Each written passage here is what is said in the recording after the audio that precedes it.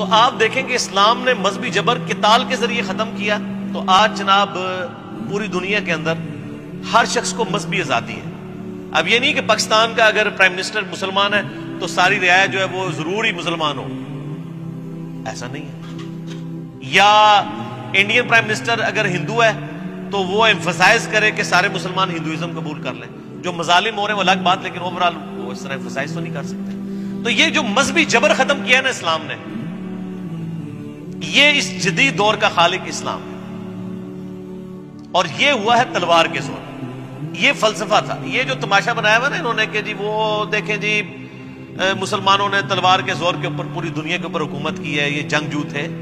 سر جو بدماش سینکڑوں سال سے دنیا پر حکومت جمائے بیٹھے تھے، ان بدماشوں کو اکھاڑنے کے لیے تلوار کی تو ضرورت پڑنی تھی، اور اس کے لیے پھر اللہ تعالیٰ نے یہ تلوار مسلط کی۔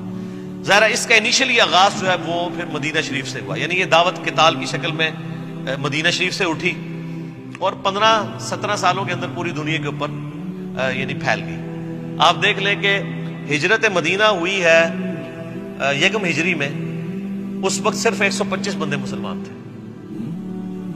2 ہجری میں غزوہ بدر ہوا، کتنے مسلمان تھے؟ 313۔ 3 ہجری میں غزوہ احد ہوا، کتنے مسلمان تھے؟ 1000۔ ان میں سے بھی 300 وہ منافقین ہی تھے، 700 مسلمان تھے۔ پھر 5 ہجری کے اندر غزوہ خندق ہوئی، 6 ہجری کے اندر صلح حدیبیہ ہوئی، 7 ہجری میں غزوہ خیبر ہوئی، 8 ہجری میں فتح مکہ ہو گئی، اور 8 ہجری میں غزوہ حنین ہوئی ہے مشرکین عرب کے خلاف آخری فیصلہ کن جنگ، اور 9 ہجری میں غزوہ تبوک ہوئی، جو یعنی رومن امپائر کو نظر آ گیا تھا کہ یہ تو نئی امپائر کھڑی ہو رہی ہے، تو کیسر روم نے جو عرب کی سرزمین تھی تبوک، اس کے پاس بارڈر پہ آ کے 1.5 لاکھ کی فوج یعنی کھڑی کر دی اور کہا کہ ہم تو یہ نئی جو سپر پاور بن رہی اس کو دبائیں۔ تو یہ پہلا اور آخری موقع تھا جب اللہ تعالیٰ کے محبوب صلی اللہ علیہ وآلہ وسلم نے یہ اناؤنسمنٹ کی کہ اب جو شخص قتال میں نہیں جائے گا وہ منافق تصور کیا جائے گا۔ اس سے پہلے یہ شرط نہیں تھی۔ 30,000 جانثار صحابہ کا لشکر لے کر، جن میں منافقین بھی شامل تھے جو قانوناً مسلمان تھے، نبی علیہ السلام جو ہے وہ تبوک تک گئے۔ اور سر اس زمانے کے اندر آپ اندازہ کریں 700 کلومیٹر کا سفر ریگستانی سخت گرمیوں میں، جب کئی کے لوگوں کے پاؤں میں جوتیاں بھی نہیں تھیں، کئی پیدل تھے، بہت کم لوگ سواریوں پر تھے، اور ان پر ایسا روب ڈلا کہ کیسر روم نبی علیہ السلام کے پہنچنے سے پہلے ہی بارڈر چھوڑ کے بھاگ گیا۔ پہلے وہ للکار رہا تھا، حالانکہ 1.5 لاکھ اور 30,000 کا کوئی مقابلہ تھا۔ 1.5 لاکھ لیٹسٹ اسلحے کے ساتھ لیس آرمی، اور 30,000 جن کے پاؤں میں جوتیاں بھی نہیں ہیں، لیکن اس کو نظر آ گیا کہ نہیں بھائی یہ غیبی مدد ہے، ورنہ میں آپ کو یہ غزوہ تبوک ہی جنگ یرموک ثابت ہو جانی تھی۔ اور پوری دنیا پہ داغ بیٹھ گئی کہ یار رومن امپائر، یعنی آپ دیکھیں کہ بھوٹان فوج لے کے آئے اور امریکہ اپنی فوج پسپا کر لے تو دنیا میں کیسے کھلبلی مچ جائے گی۔ انہوں نے کہا یار یہ لوگ فوج لے کے بھاگ گئے۔ نبی علیہ السلام 40 دن تک وہاں رہے، ارد گرد کے قبائل کے ساتھ آپ نے باقاعدہ معاہدے کیے کہ یا تو نیوٹرل رہو گے یا ہمارا ساتھ دو گے۔ ساروں نے کہا جناب تھوڑی تو طاقت ہی نہیں کسی دی، رومن امپائر ناس گئی ہے۔ تو کچھ آپ کے ساتھ مل گئے، کچھ نے کہا ہم جنگ ہوئی تو ہم نہ ان کا ساتھ دیں گے نہ آپ۔ پھر نبی علیہ السلام تو دنیا سے تشریف لے گئے اس غزوہ تبوک کے 1.25 سال کے بعد۔ پھر حضرت بکر صدیق کے زمانے کے اندر جو ہے وہ کسریٰ کے خلاف قتال شروع ہوا۔ ظاہر ان پر بھی حجت تمام ہونی تھی، ان کو بھی خطوط لکھے ہوئے تھے، یا تو جزیہ دو یا مطیع ہو جاؤ یا جنگ کے لیے تیار ہو جاؤ، جو سورہ توبہ میں آیا۔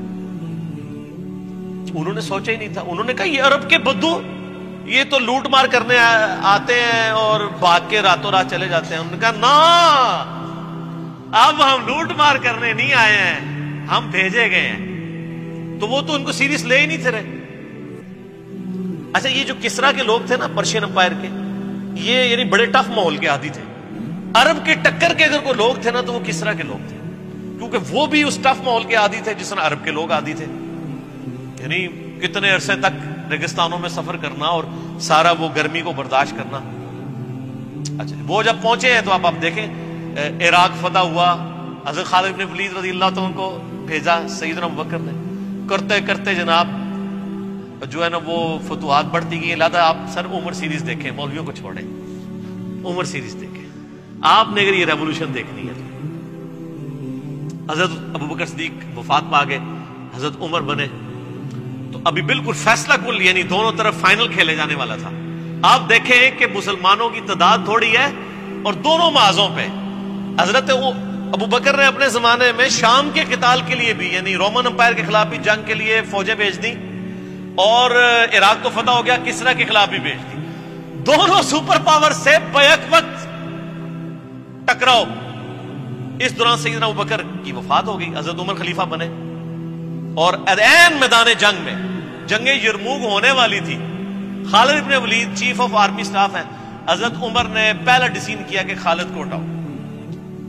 اور جناب کھلبلی مچی, انہوں نے کہا جناب ساری فتوحات خالد نے کی تھی, انہوں نے کہا میں تمہاری یہی بت پرستی توڑنی ہے, میں نے تمہاری یہی شخصیت پرستی توڑنی ہے. یہ خالد کی وجہ سے نہیں ہوئی ہے فتح, یہ خالد کے رب کی وجہ سے ہوئی ہے. سر آپ سوچ سکتے ہیں کہ بالکل فائنل میچ کے اندر کیپٹن کو ہٹا دیا جائے. یہ حضرت عمر کا کانفیڈنس تھا.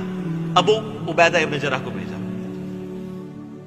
یرموک کے لیے, اور 4 دن تک جنگ جاری رہی. اللہ تعالیٰ نے مسلمانوں کو فتح دی. اور جو کیسر تھا, رومن امپائر کا جو ہیڈ, جو صدیوں سے وہاں بیٹھا ہوا تھا شام کے اندر, بیت المقدس کو انہوں نے مین سٹی چھوڑ کے چلا گیا, وہاں سے دوبارہ نہیں آ سکا.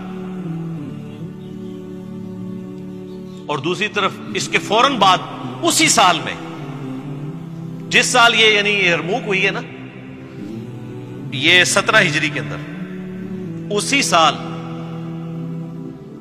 جنگیں جو ہے وہ قادسیہ بھی لڑی گئی. اب ظاہر مسلمانوں پر فوج تھوڑی تھی. قادسیہ اصل میں ایک مسلمانوں کا امتحان تھا کہ لاکھوں کا لشکر لے کے وہ رستم پہلوان آ گیا. تو پھر حضرت عمر نے باقاعدہ خط لکھا وہاں سے کہ تم وہاں سے فوج جو ہے نا کچھ حصہ یہاں پہ بھی ٹرانسفر کرو, تاکہ, اور یہاں سے اب طے پایا کہ جی اب کس کو قادسیہ کے لیے کس کو لیڈر میں آ جائے. حضرت عمر نے یہ ڈیسیژن کیا کہ میں خود جاؤں گا قادسیہ کے لیے, کیونکہ یہ بہت فیصلہ کن جنگ ہے. یرموک چونکہ مسلمان جیت چکے تھے, تو اس کی وجہ سے جو پرشین امپائر ہے اس پہ روب پڑ گیا تھا کہ جناب امریکہ تو نس گیا جائے, ہوں رشیا کی واری ہے. تو رشیا تو روب پہ گیا, جس طرح آج رشیا اور امریکہ. سیدنا عمر نے کہا میں خود جاؤں گا. حضرت علی نے کہا کہ نہیں, نہ آپ نے نہیں جانا.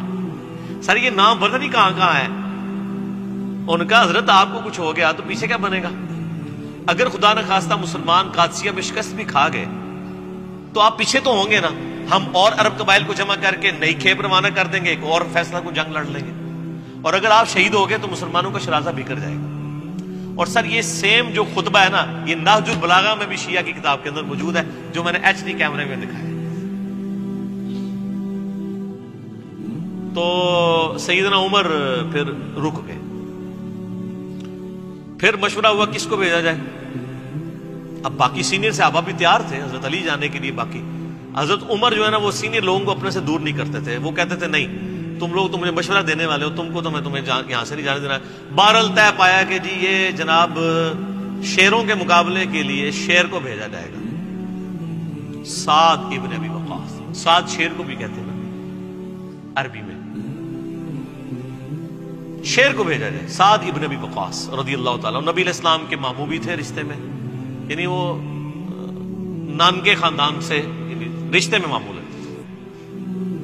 سعد ابن وقاص کو حضرت عمر نے بھیجا, اور پھر ساتھ ایک خط بھی پیچھے سے روانہ کیا کہ ساتھ اس بات پہ نہ کرنا کہ تو اللہ کے نبی کا ماموں ہے. یاد رکھنا اللہ کا کوئی رشتہ دار نہیں. ہائے ہائے, اللہ کا کوئی رشتہ دار نہیں ہے. خدا کے ساتھ کمٹمنٹ شو کرنی ہے, اپنی بزدلی نہیں دکھانی. اور پھر سر سعد ابن ابی وقاص اگرچہ وہاں جا کے بیمار ہو گئے, قلعے میں تھے, خود تو لڑ نہیں سکے, لیکن پوری پلاننگ انہوں نے کی. 4 دن کے اندر اللہ تعالیٰ نے مسلمانوں کو جنگ قادسیہ میں فتح عطا فرمائی. 8,500 مسلمانوں کی قربانی سے 8,500 مسلمان شہید ہوئے, اور ڈیسائسو جنگ تھی. آج ہمیں ان 8,500 بندوں کے نام تو نہیں پتا, لیکن اللہ کے حضور تو وہ امر ہے, جنتوں میں. اور پوری پرشین امپائر مسلمانوں کے قبضے میں آ گئی. رومن امپائر کا تو کچھ حصہ آیا تھا نا, باقی جزیہ دینے پہ آمادہ ہو گئے. پرشین امپائر پوری مسلمانوں کے پاس آ گئی. اور پھر حضرت عمر کا آپ کرائٹیریا دیکھیں کہ انہوں نے پرشین امپائر گری تو عبداللہ ابن مسعود کو چیف جسٹس بنا کے وہاں پہ بھیجا. چیف جسٹس اتنا بڑا ہوتا، آج کا چیف جسٹس نہیں سنبھالا جا رہا، اس زمانے کا چیف جسٹس. حضرت علی کو حجاز میں لگایا جہاں خود تھے حضرت عمر، مدینہ مکہ یہ پورا ایریا، یہاں کے چیف جسٹس علی ابن ابی طالب جو کسی کی پرواہ نہ کرے. عبداللہ ابن مسعود ایک کاشتکار کا بچہ، غریب صحابی، لیکن نبی علیہ السلام کا وہ لاڈلا، تو پرشین امپائر پہ وہاں پہ بھیجا کہ یہ چیف جسٹس آف کوفہ، اور پورا عراق ایران یہ پورا ایریا یہ ایک ہی ہوتا تھا، عراق ایران کا ٹائم. اور ابو درداء اصحاب صفہ میں سے اس کو رومن امپائر میں چیف جسٹس لگایا. یہ وہ لوگ تھے جو دنیا ادھر سے ادھر ہو جائے نا، یہ کسی معاملے میں کسی کا لحاظ نہیں کرنے والے تھے، حضور کی تربیت یافتہ تھے. اسی لیے آپ دیکھیں حضرت عمر جب تک رہے نا مینجمنٹ کمزور نہیں ہوئی ہے. حضرت عمر والی کوالٹیز اگر حضرت عمر کے بعد کسی شخص میں تھی تو وہ حضرت علی میں تھی. اسی لیے کافر بھی کہتے ہیں کہ حضرت عمر کے بعد اگر حضرت عثمان کی جگہ حضرت علی کو خلیفہ چن لیا جاتا تو حضرت ایک عمر ثانی مل جاتا مسلمانوں کو. اور بہرحال وہ خیر اقلادہ سے ایک ٹاپک ہے. بہرحال یہ میں آپ کو بتا رہا ہوں کہ اس ساری چیزوں کی ابتدا ہوئی ہے قتال سے، قتال سے اس کا آغاز ہوا ہے. اور وہ قتال ہے کہ جس کا ذکر یہاں پر سورۃ الحشر میں اس قتال کے آغاز کا ذکر ہے. اور یہاں پر یعنی جو ڈیسائسو کچھ واقعات ہونے ہیں ان میں سے ایک واقعے کا یہاں پر ذکر آئے گا.